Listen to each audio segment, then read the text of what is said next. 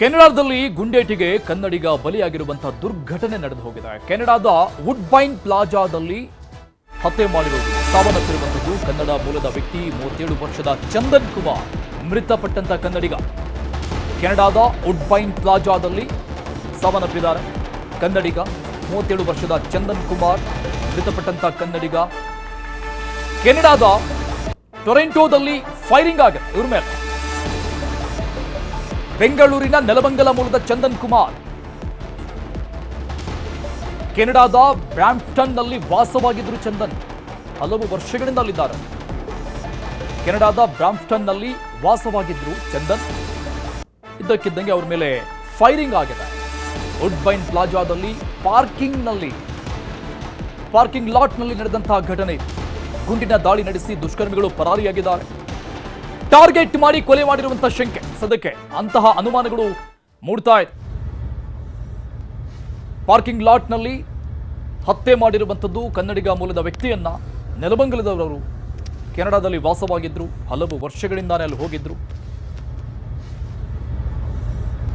ಅವರ ಕುಟುಂಬದಲ್ಲಿ ನೀರುವ ಮೌನ ಆವರಿಸದೆ ಇದ್ದೊಬ್ಬ ಮಗನನ್ನ ಕಳೆದುಕೊಂಡು ಕುಟುಂಬಸ್ಥರು ಆಕ್ರಂದನ ವ್ಯಕ್ತಪಡಿಸ್ತಾ ಇದ್ದಾರೆ. ಹೇಳತೀರದ್ದಾಗಿದೆ ಅವರ ನೋವು.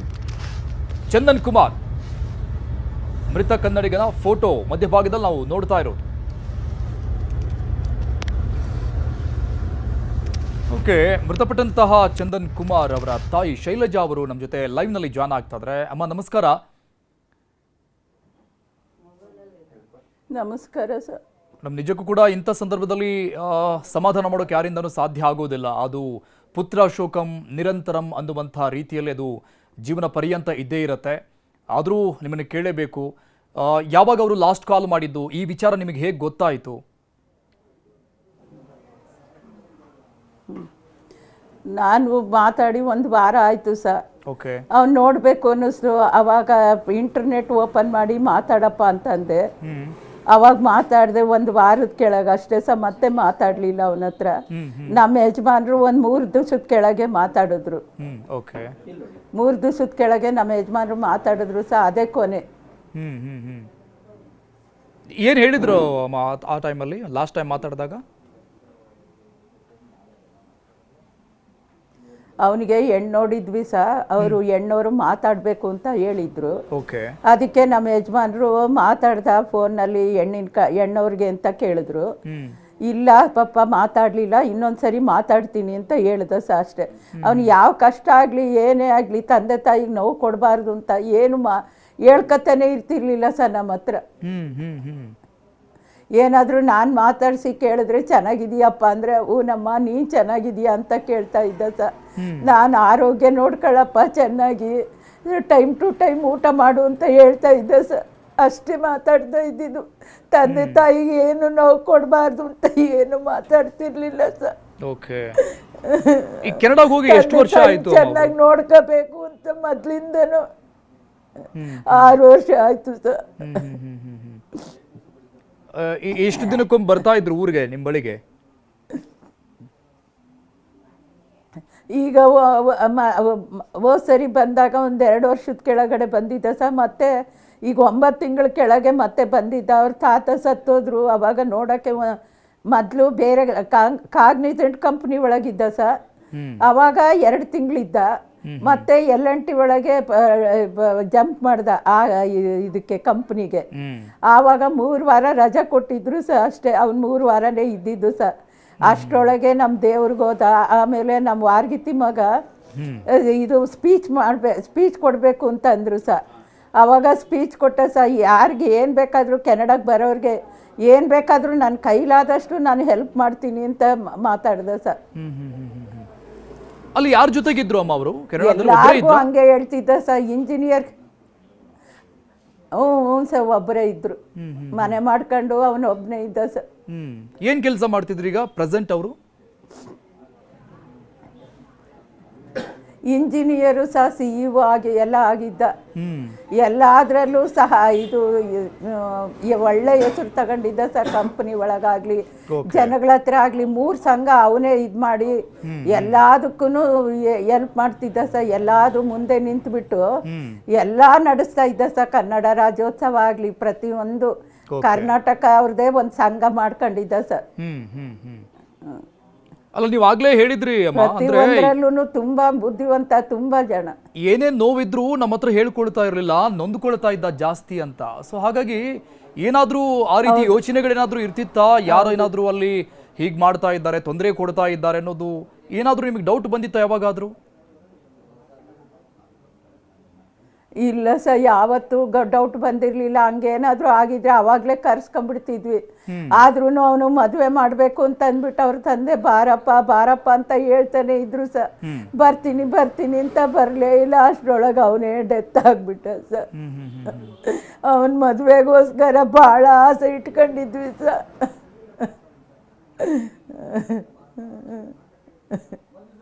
ಈ ಕೊನೆದಾಗ ಬಂದಾಗ ಅವರು ಹೆಣ್ಣೊಡಕ್ ಹೋಗಿದ್ರಮ್ಮ ಇಲ್ಲಿ ಬಂದಾಗ? ಏನೇನೋ ಆಸೆಗಳು. ಅವಾಗ ಇಲ್ಲ ಸರ್, ಆಚೆ ಸರಿ ಬಂದಾಗ ಹೋಗಿದ್ದ. ಬಟ್ ಏನನ್ನು ಹೇಳ್ಕೊಳ್ತಾ ಇರಲಿಲ್ಲ ಜಾಸ್ತಿ ಹೊರಗಡೆ ನಿಮ್ಮ ಜೊತೆ? ಏನು ಶೇರ್ ಮಾಡ್ಕೊಡ್ತಿರ್ಲಿಲ್ಲ ಅಲ್ಲಿದು? ಇಲ್ಲ ಸರ್, ಏನು ಹೇಳ್ಕತ್ತಿರ್ಲಿಲ್ಲ. ನಾವು ಮನ್ಸಿಗೆ ಬೇಜಾರು ಮಾಡ್ಕೊಂತೀವಿ, ತಂದೆ ತಾಯಿಗೆ ನೋವು ಕೊಡಬಾರ್ದು ಅಂದ್ಬಿಟ್ಟು ಏನು ಹೇಳ್ಕತ್ತಿರ್ಲಿಲ್ಲ ಸರ್. ಎಲ್ಲಾರ ಹತ್ರ ಬಂದಾಗ ಖುಷಿಯಾಗಿರ್ತಿದ್ದ. ಅವನಿಗೆ ನಾವು 4 ಜನದಂಗೆ ಬಾಳ್ಬೇಕು, ದುಡಿಬೇಕು ಅನ್ನೋ ಒಂದು ಆಸೆ ಇಟ್ಕೊಂಡು ಫಾರಿನ್ಗೆ ಹೋದ ಸರ್. ನಾವು ಬೇಡ, ಹೋಗ್ಬೇಡಪ್ಪ, ಮದುವೆ ಮಾಡ್ಕೊಂಡು ಹೋಗು ಅಂತ ಅವ್ರ ತಂದೆ ಹೋಗ್ಬೇಕಾದ್ರೆ ಹೇಳಿದ್ರು ಸರ್.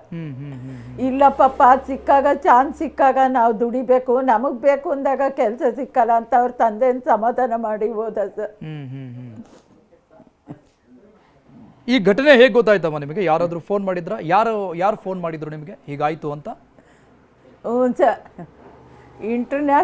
ಇಂಟರ್ನ್ಯಾಷನಲ್ ಕಾಲ್ ಅಂತ ಬಂತು ಸರ್. ನಮ್ಮ ಇಂಗ್ಲೀಷಲ್ಲಿ ಬಂತು. ನಮ್ಮ ಯಜಮಾನ್ರಿಗೆ ಭಯ ಆಯ್ತು, ಮಾತಾಡ್ಬೇಕೋ ಬೇಡವೋ ಅಂತ ಅಂದ್ಬಿಟ್ಟು. ಆಮೇಲೆ ನಮ್ಮ ಮಗನಿಗೆ ಫೋನ್ ಮಾಡಿದ್ರು, ರಿಂಗ್ ಆಗ್ತಾ ಇತ್ತು, ಅವ್ನು ಮಾತಾಡ್ಲಿಲ್ಲ ಸರ್.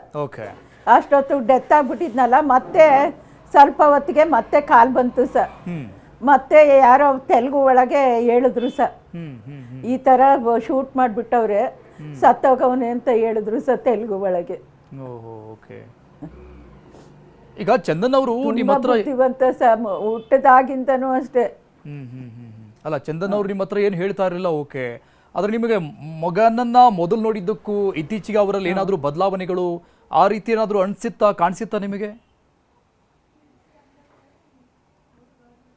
ಇಲ್ಲ ಸರ್, ಅದೇ ಚೆನ್ನಾಗಿ ಬೆಳೀತಿದ್ನಲ್ಲ ಅಂತ ನಮಗೆ ಖುಷಿ ಆಗೋದು ಸಹ ಅವನು ನೋಡಿ. ಎಲ್ಲಾರ ಹತ್ರ ಒಳ್ಳೆ ಹೆಸರು ತಗೊಂಡಿದ್ದಾನೆ, ಎಲ್ಲ ಮಾಡ್ತಾನೆ ಅಂತ ತುಂಬಾ ಖುಷಿ ಇತ್ತು ಸರ್. ತುಂಬಾ ಆಕ್ಟಿವ್ ಆಗಿದ್ರು ಎಲ್ಲದರಲ್ಲಿ. ಈಗ ಊರಿಗೆ ಬಂದಾಗ್ಲೂ ಕೂಡ ಎಲ್ಲ ಕಸಿನ್ ಜೊತೆಗೆ, ಅಣ್ಣ ತಮ್ಮಂದ್ರ ಜೊತೆಗೆ ತುಂಬಾ ಆಕ್ಟಿವ್. ಹೌದು ಸರ್, ಹೌದು ಸರ್, ಎಲ್ಲಾರ ಹತ್ರ ಚೆನ್ನಾಗಿರ್ತಿದ್ದ. ನಮ್ಮ ತಾಯಿ ಮನೆಗೂ ಅವ್ರ ಮಾವುಗಳ ಹತ್ರ ಎಲ್ಲ ಹೋಗಿ ಮಾತಾಡೋದಾಗ್ಲಿ, ಅವ್ರ ಮನೆಗೆ ಇರೋದು ಎಲ್ಲ ಮಾಡ್ತಾ ಇದ್ದ ಸರ್.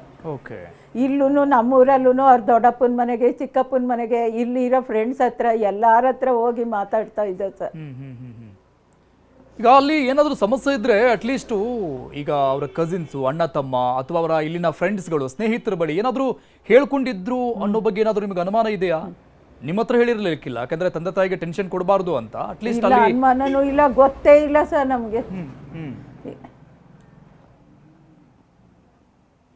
ನಮ್ಗೇನು ಗೊತ್ತೇ ಇಲ್ಲ ಸರ್. ಹಂಗೇನಾದ್ರೂ ಇದ್ದಿದ್ರೆ ಅವಾಗ್ಲೇ ಕರ್ಸ್ಕೊಂಡ್ಬಿಡ್ತಿದ್ವಿ. ಏನು ಡೌಟು ಇಲ್ಲ, ಗೊತ್ತೂ ಇಲ್ಲ. ನಮ್ಮ ಹತ್ರ ಮಾಮೂಲಿಯಾಗಿ ಚೆನ್ನಾಗಿ ಮಾತಾಡ್ಕೊಂಡಿರ್ತಿದ್ದ. ಓಕೆ. ಈಗೇನು ಶೂಟ್ ಮಾಡಿದ್ದು ಯಾರು ಏನು ಎತ್ತ ಅಂತ ಆ ಬಗ್ಗೆ ಏನಾದರೂ ನಿಮಗೆ ಮಾಹಿತಿ ಏನಾದರೂ ಬಂದಿದೆ ಅಮ್ಮ? ಏನಾದರೂ ಫೋನ್ ಬಂದಿತ್ತಾ ಮತ್ತೆ ಇಂಟರ್ನ್ಯಾಷನಲ್ ಕಾಲ್ ಅಂತ ಏನಾದರೂ ಮಾತಾಡಿದ್ರು? ಇಲ್ಲ ಸರ್, ಇನ್ನು ಅವರೇ ಹೇಳಿದ್ರು, ನಮ್ಮ ಮಗನ ಫ್ರೆಂಡ್ಸ್ ಎಲ್ಲ. ಇಲ್ಲ, ಏನು ಗೊತ್ತಾಗಿಲ್ಲ, ಗೊತ್ತಾದ್ಮೇಲೆ ಹೇಳ್ತೀವಿ ಅಂತ ಅಂದರು ಸರ್. ಸುಮ್ಮನೆ ಡೆತ್ ಆಗಿರೋದು ಗೊತ್ತಷ್ಟೆ, ಏನು ಮಾಹಿತಿ ಇನ್ನು ಗೊತ್ತಿಲ್ಲ ಸರ್. ಓಕೆ ಅಮ್ಮ, okay. Thank you news eighteen ಜೊತೆ ಮಾತನಾಡಿದ್ದಕ್ಕೆ. ಇನ್ನು ಆಲ್ ಓಕೆ ಖ್ಯಾತಿಯ ರ್ಯಾಪರ್ ಸಂಪರ್ಕದಲ್ಲಿದ್ದಾರೆ. ಸರ್ ನಮಸ್ಕಾರ. ನಮಸ್ಕಾರ ಸರ್. ನಮಸ್ತೆ ಸರ್. ನಮಸ್ಕಾರ. ಇಂಥದ್ದೊಂದು ದುರ್ಘಟನೆ ಆಗಬಾರ್ದಾಗಿತ್ತು, ಬಟ್ ಅದನ್ನು ನೋಡುವಂಥ ಪರಿಸ್ಥಿತಿ, ಕೇಳುವಂಥ ಪರಿಸ್ಥಿತಿ ನಮ್ದು ಆಗಿಬಿಟ್ಟಿದೆ. ನೀವು ಪ್ರತಿ ಬಾರಿ ಅಲ್ಲಿ ಹೋಗ್ತಾ ಇದ್ರಂತೆ, ಅಲ್ಲಿನ ಸಂಘಟನೆಯವರು ಆರ್ಗನೈಸ್ ಮಾಡಿದಾಗ. ಸೊ ಇವರು ತಮಗೆ ಚಿರಪರಿಚಿತನ, ಹೇಗೆ ವ್ಯಕ್ತಿ? ಸರ್ ಪ್ರತಿ ಬಾರಿ ಅಂದ್ರೆ ನನ್ನ ಫಸ್ಟ್ ಕೆನಡಾ ಕಾನ್ಸರ್ಟ್ ಟೊರಾಂಟೋದಲ್ಲಿ ಮಾಡಿದಾಗ ನಾನು ಚಂದು ಅವ್ರನ್ನ ಮೀಟ್ ಮಾಡಿದ್ದೆ ಫಸ್ಟ್. ಓಕೆ. ಭಾರಿ ಒಳ್ಳೆ ಮನುಷ್ಯ ಸರ್.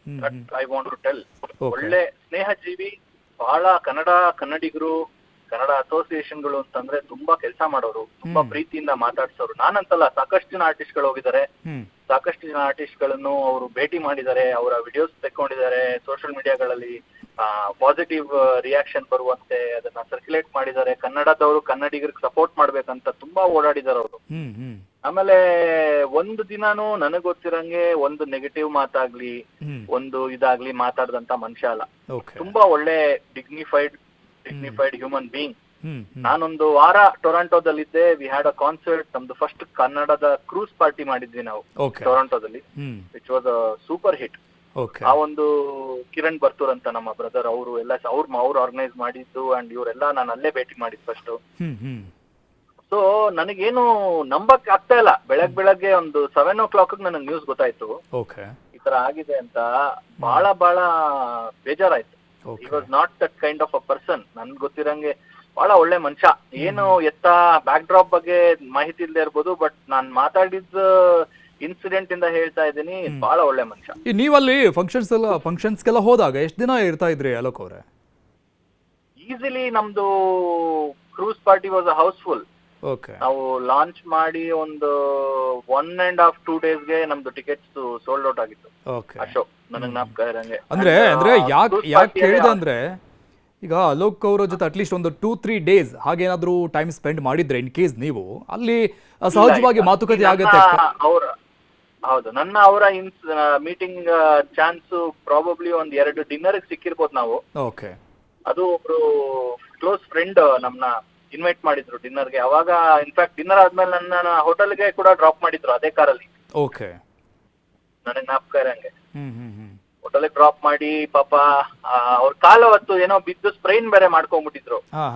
ಅವರು ಕಾಲ್ ನೋವು ಇಟ್ಕೊಂಡು ಕೂಡ ನನ್ನ ಡ್ರಾಪ್ ಮಾಡೋಣ ಹೇಳ್ದೆ. ಬ್ರೋ ಹಾಸ್ಪಿಟಲ್ಗೆ ಹೋಗ್ಬಿಟ್ಟು ಹೋಗೋಣ ಬನ್ನಿ, ಯಾಕೆ ಹಿಂಗ್ ಡ್ರೈವ್ ಮಾಡ್ತಾ ಇದ್ರ ಅಂತ ಕೂಡ ಹೇಳಿದ್ದೆ ನಾನು. ಅವರು ಬ್ರೋ ಇಲ್ಲ ಬ್ರೋ, ನಮ್ಮ ಗೆಸ್ಟ್ ನೀವು, ನಿಮ್ಮ ಕಂಫರ್ಟ್ ಲೆವೆಲ್ ಇಷ್ಟ ನಮಗ್ ಮುಖ್ಯ ಆಗ್ತದೆ. ಯಾಕಂದ್ರೆ ನೀವು ಬಂದಾಗ್ಲೇ ಜೆಟ್ಲಾಗ್ ಅಲ್ಲಿ ಇರ್ತೀರಾ, ನಿಮ್ಗೆ ಆಗ್ಲೇ ಸ್ಟ್ರೆಸ್ ಆಗಿರುತ್ತೆ, ನಿಮ್ಮನ್ನ ನಾನು ವೆಯ್ಟ್ ಮಾಡ್ಸಕ್ ಇಷ್ಟ ಇಲ್ಲ ಅಂತ ಪಾಪ ಕಾಲ್ ನೋವು ಇಟ್ಕೊಂಡಿದ್ರು ಕೂಡ ಬಂದು ಡ್ರಾಪ್ ಮಾಡಿ ಹೋಗಿದ್ರು ಅವರು. ಅಂಡ್ ಇದ್ರ ಬರೀ ನಾನು ಹೇಳಿದೆ ಕೂಡ ಅಲ್ಲಿ ಫ್ರೆಂಡ್ಸ್ಗೆ, ನೋಡಿ ಪಾಪ ಎಂತ ಒಳ್ಳೆ ಮನುಷ್ಯ, ಅವ್ನ್ ಕಾಲ್ ನೋವು ಇಟ್ಕೊಂಡ್ ಬಂದಿದ್ರು ಡ್ರಾಪ್ ಮಾಡ್ಲಿಕ್ಕೆ, ಅವ್ರ ಪರ್ಸನಲ್ ಟ್ರೀಟ್ಮೆಂಟ್ ತಗೊಳ್ದೆ ಅಂತ. ಅಂಡ್ ತುಂಬಾ ಕನ್ನಡದ ಬಗ್ಗೆ ಬಹಳ ಪ್ರೀತಿ ಇತ್ತು ಸರ್ ಅವ್ರಿಗೆ. ವಾಟ್ಸ್ಆಪ್ ಗ್ರೂಪ್ಸ್ ಗಳು ಎಲ್ಲ ಇತ್ತು, ಕನ್ನಡಿಗರನ್ನ ಯುನೈಟ್ ಮಾಡುವಂತ ಒಂದು ಗ್ರೂಪ್ ಇತ್ತು. ಬಹಳ ಒಳ್ಳೆ ಮನುಷ್ಯ. ನನಗೆ ಗೊತ್ತಿರಂಗೆ ವೆರಿ ವೆರಿ ನೈಸ್. ಅಂದ್ರೆ ಅಲೋಕ್ ಅವ್ರೆ, ಅಂದ್ರೆ ಸ್ವಲ್ಪ 2-3 ದಿನ ಹೀಗೇನಾದ್ರೂ ನೀವು ಕಳೆದಿದ್ರೆ, ಅಟ್ಲೀಸ್ಟ್ ಆ ವ್ಯಕ್ತಿ ಜೊತೆ ತುಂಬಾ ಒಡನಾಟದಿಂದ ಮಾತನಾಡಿದ್ರೆ, ಅಲ್ಲಿ ಅವರು ಎಂಜಿನಿಯರ್ ಆಗಿ ವರ್ಕ್ ಮಾಡ್ತಾ ಇದ್ರು, ಓಕೆ, ಅದ್ರ ಹೊರತಾಗಿ ಏನಾದ್ರು ಬಿಸ್ನೆಸ್ ಏನಾದ್ರು ಮಾಡ್ತಾ ಇದ್ರಂತ ಅಲ್ಲೇನೆ? ಯಾಕಂದ್ರೆ 6 ವರ್ಷ ಆಗಿದೆ ಅವ್ರು ಹೋಗಿ ಕೆನಡಾಗೆ. ಮಾಹಿತಿ ಇಲ್ಲ. ನನ್ ಪ್ರಾಬ್ಲಮ್ ಏನಂದ್ರೆ, ನಾನ್ ಪ್ರಾಬ್ಲಮ್ ಅಂತ ಹೇಳಲ್ಲ, ನಾನು ಇರೋದ್ ಹೆಂಗಂತಂದ್ರೆ, ಒಬ್ಬ ಮನುಷ್ಯ ಸಿಗ್ತಾನೆ, ಪ್ರೀವಿಯಸ್ ಸ್ಟೋರಿಗಳು, ಅವ್ನ ಲೈಫ್ ಸ್ಟೈಲ್ ಏನು ಅದೆಲ್ಲ ನಾನು ವಿಚಾರಿಸಕ್ ಹೋಗಲ್ಲ. ನಾವ್ ಅದಕ್ಕೆ ನಮ್ ಸಾಂಗ್ಸ್ ಅಲ್ಲಿ ಗುಡ್ ವೈಬ್ಸ್ ಓನ್ಲಿ ಅಂತ ಕರಿತೀವಿ. ನಮ್ಮ ಹತ್ರ ಯಾರು ಗುಡ್ ವೈಬ್ಸ್ ಕೊಡ್ತಾರೆ, ನಾವು ಅವ್ರಿಗೆ ಅದೇ ಗುಡ್ ವೈಬ್ಸ್ ಕೊಡ್ತೀವಿ. ಅದ್ ಬಿಟ್ಟು ಅವ್ರೇನ್ ಮಾಡ್ತಿದ್ದಾರೆ ಅದೆಲ್ಲ ನಾನು ತಿಳ್ಕೊಳಕ್ಕೂ ಹೋಗಲ್ಲ. ಪ್ಲಸ್ ಬೆಳಗಾರೆ ನಾವೊಂದು ಅಂದ್ರೆ ಮಾತುಕತೆಗೆ ಕೂತ್ಕೊಂಡು ಅಟ್ಲೀಸ್ಟ್ ಈಗ ಕೆನಡಾದಲ್ಲಿ ನಮ್ಮವ್ರು ಸಿಕ್ಕಾಗ ಸಹಜವಾಗಿ ಮಾತನಾಡ್ತಿದ್ವಿ, ಏನ್ ಮಾಡ್ತಾ ಇದ್ದೀರಾ, ಬಿಸ್ನೆಸ್ ಮಾಡ್ತಾ ಇದೀವಾ, ಹೇಗೆ, ಈ ತರ ಮಾತುಕತೆ ಆಗಿರುತ್ತಲ್ಲ, ಹಾಗೇನಾದ್ರು ಹೇಳ್ಕೊಂಡಿದ್ರು?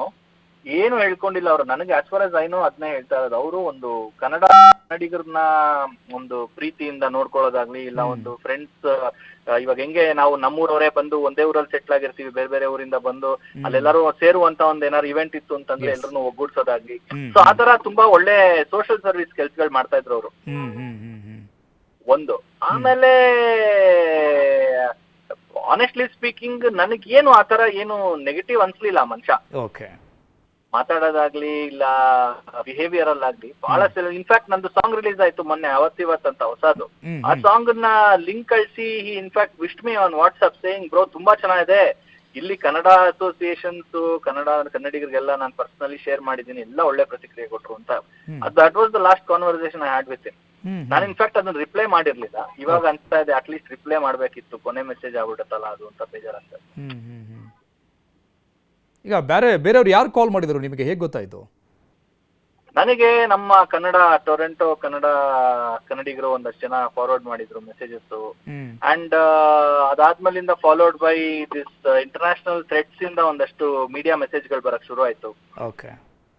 And it was a very disastrous news sir. ಅರ್ಲಿಯಿಂದ ಮಾರ್ನಿಂಗ್ ನ್ಯೂಸ್ ಕೇಳೋದು ಭಾರಿ ಬೇಜಾರಾಯ್ತು. ಅವರು ನೀವು ಮಾತನಾಡಿದ್ರಲ್ಲ, ಅಂದ್ರೆ ಈ ಇನ್ಫಾರ್ಮೇಶನ್ ಕೂಡ ಕಾಲ್ ಮಾಡಿದಂಥವ್ರು, ಅಂದ್ರೆ ಚಂದನ್ ಜೊತೆಗಿದ್ದಂಥ ವ್ಯಕ್ತಿ, ಅವ್ರು ಏನಾದರೂ ಹೇಳಿದ್ರಾ ಏನ್ ರೀಸನ್ ಹಾಗೇನಾದ್ರು ಅಟ್ಲೀಸ್ಟ್? ಇಲ್ಲ ಸರ್, ಇಲ್ಲ. ಅಂದ್ರೆ ಅಲ್ಲಿ ಎಲ್ರಿಗೂ ಏನು ಮಾಹಿತಿ ಇನ್ನ ಕೊಟ್ಟಿಲ್ಲ. ನನಗೆ ಗೊತ್ತಿರಂಗ್ ಯಾರಿಗೂ ಇನ್ನ ಮಾಹಿತಿ ಕೊಟ್ಟಿಲ್ಲ ಅವರು. ಯಾಕಂದ್ರೆ ಇಟ್ಸ್ ಅನ್ ಇಂಟರ್ನ್ಯಾಷನಲ್ ಪೊಲೀಸ್ ಇದದು, ಅದ್ರದ್ದು ಪ್ರೋಟೋಕಾಲ್ಸ್ ಏನೋ ನಮಗ್ ಗೊತ್ತಿಲ್ಲ.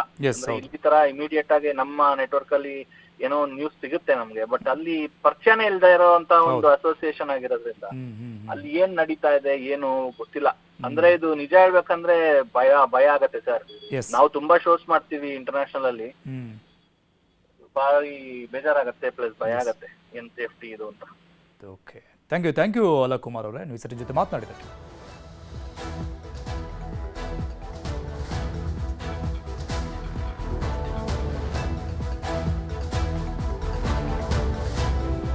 ಅಪ್ರಾಪ್ತ ಬಾಲಕಿಯ ಕಿಡ್ನಾಪ್ಗೆ ಯತ್ನ ಆಗಿದೆ. ಬೆಳ್ತಂಗಡಿಯ ಸಂತಕಟ್ಟೆ ಎಂಬಲ್ಲಿ ನಡೆದಂತ ಘಟನೆ ಇದು. ಕಾರಿನಲ್ಲಿ ಬಂದಂತ ದುಷ್ಕರ್ಮಿಗಳು ಕಿಡ್ನಾಪ್ ಮಾಡೋಕೆ ಪ್ರಯತ್ನ ಪಟ್ಟಿದ್ದಾರೆ.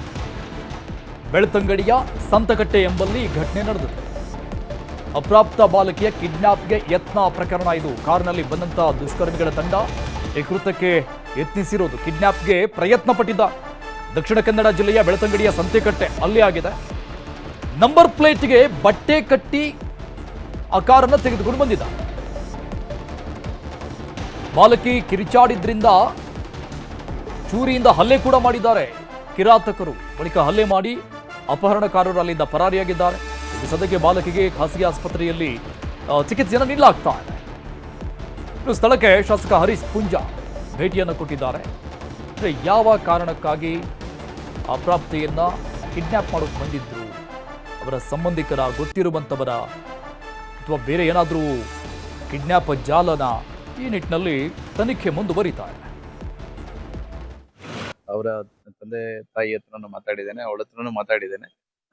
ಪ್ರಾಯಶಃ ಈ ಒಂದು ಘಟನೆ ಇದು ಕೇವಲ ಒಂದು ಚಿಕ್ಕ ಘಟನೆ ಅಲ್ಲ.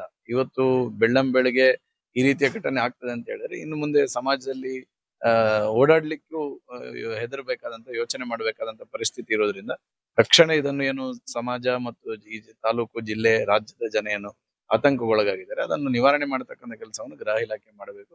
ತಕ್ಷಣ ಇದರ ಹಿಂದೆ ಯಾರಿದ್ದಾರೆ ಅನ್ನುವಂಥದ್ದನ್ನು ಪತ್ತೆ ಹಚ್ಚತಕ್ಕಂಥ ಕೆಲಸವನ್ನು ಮಾಡ್ಬೇಕನ್ನೋದು ಆಗ್ರಹ. ಅವರ ತಂದೆ